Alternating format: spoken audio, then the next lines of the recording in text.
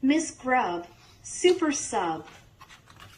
Miss Grubb, super sub. By David L. H. Arison. Illustrated by Paige Eastburn O'Rourke. The day Mrs. Hoot stayed home with the flu, Miss Grubb came to Pitman School. The kids of 2B raised an awful fuss. They even made up a chant. Hoot! Hoot! Hoot! Hoot! We don't want a substitute. Miss Grubb clapped her hands.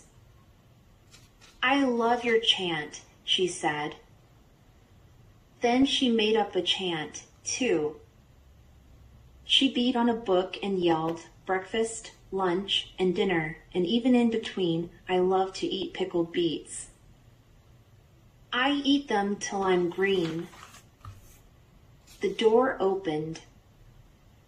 Mr. Two, the principal, looked in and waved. Is everything all right? He asked. Miss Grubb waved back. Perfect, she said. It's time for art, said Miss Grubb. Everyone into the hall. Why? The children asked. Because that's where art is, Miss Grubb answered. Miss Grubb headed to the hall. The children followed. Art was the janitor. He was very busy. He emptied trash. He mopped the floor. He set up chairs. He cleaned the fountains. The class drew pictures of him while he worked. Miss Grubb clapped. Very good art, she said. Back in room 2B, Miss Grubb called, Giggle break. Knock, knock. Who's there? Said the class.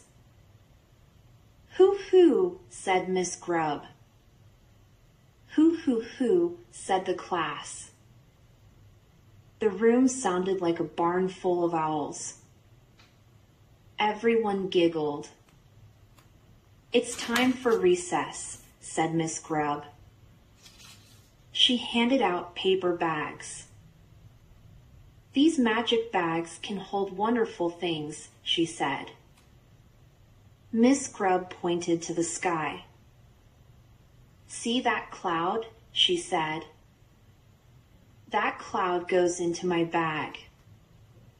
Hear that robin? His cheery song goes in to 0. The kids filled their magic bags with what they saw and heard and felt and smelled.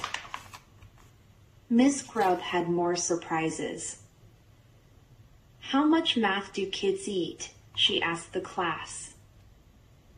Kids don't eat math, they said.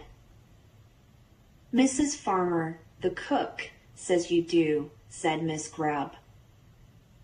The class headed to the lunchroom. There's math everywhere, Mrs. Farmer said. She showed them her weekly food list. I multiply and divide to decide how much to order.